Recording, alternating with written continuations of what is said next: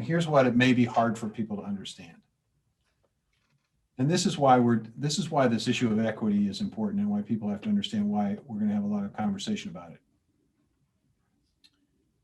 There is no question, and there's absolutely no doubt about the fact that discrimination occurred in many parts of the country directed at socially disadvantaged farmers for many, many years.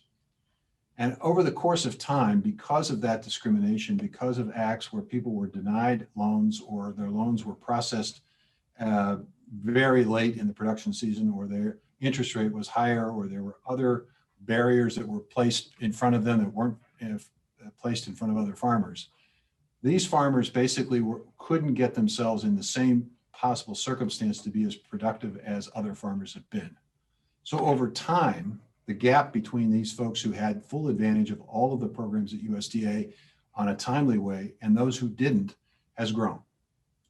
And what has also grown is the fact that these folks over here may not fully trust USDA. So we have work to do to rebuild that trust relationship. And we have work to do to basically help them get to a point where they can take full advantage of USDA programs.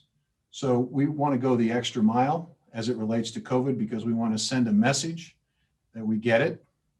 We understand and appreciate there's been a cumulative effect of discrimination over time, and we want to make sure that we're dealing with that in a fair and equitable way, starting with the fact that we're allocating these resources. Now, just consider this. Here's why we're doing this. If you look at folks who are self-identified, in other words, people that go into the USDA office and when they apply for a loan, they check the box and they say they're white or they say they're African-American, okay? Self-identified. If you look at the self-identified population of COVID, people who got COVID assistance, who self-identified as Black, Asian American, or whatever, 99% of the money, 99% of the $38 billion that has already been spent and invested in producer assistance, 99% went to white farmers. 1% went to socially disadvantaged farmers. And if you want to carve it down to African American or Black farmers, 1/10 of 1%.